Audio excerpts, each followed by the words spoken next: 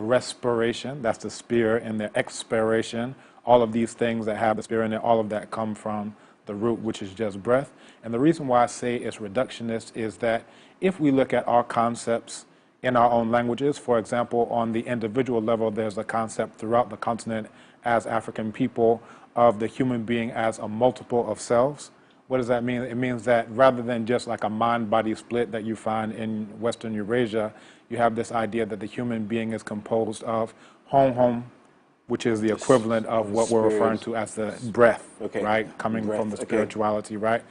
When you look also at sum, that comes from esum musum. Okay. So I'm not going to translate it into English. Okay, just for but what we can do is we can say, what is that aspect of the self responsible for, and where does it come from, right? So if we say home, that's the part that's of course responsible for the breath of life, right? So if we look at sum, it translates to literally darkness inside of darkness, esum musum. Okay. That one comes ultimately from the father, because the intro from the father develops into the sum. When you pass on, that also becomes the osamai.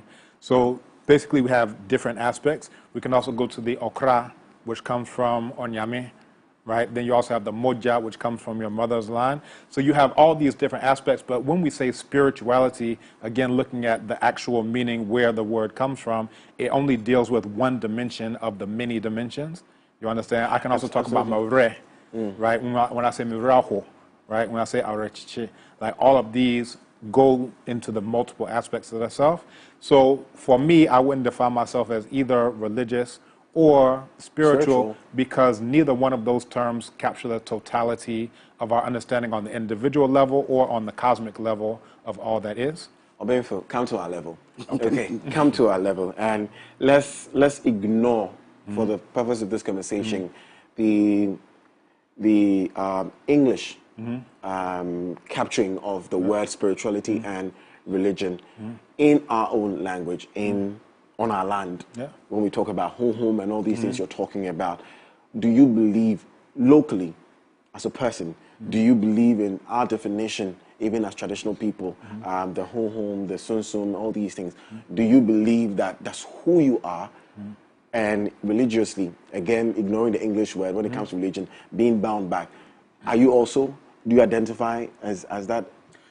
No, neither one. And the reason being is that if you look at religion, if you look at what people say spiritual, which I would say is better at least than religion if we're looking at terms to use in English, but what you find is the concept of the reason why you're here on the planet is, for example, to worship an imaginary white man on a stick.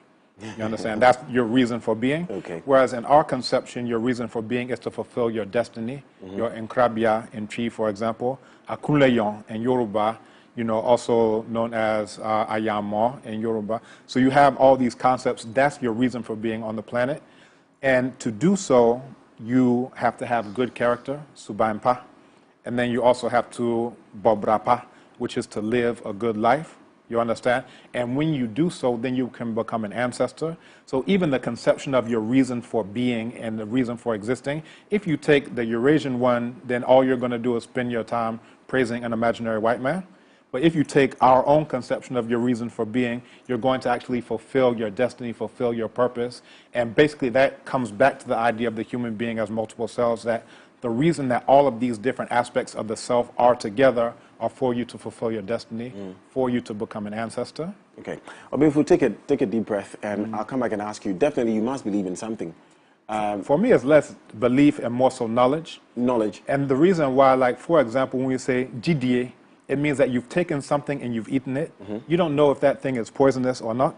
For us, we're dealing with indigenous knowledge.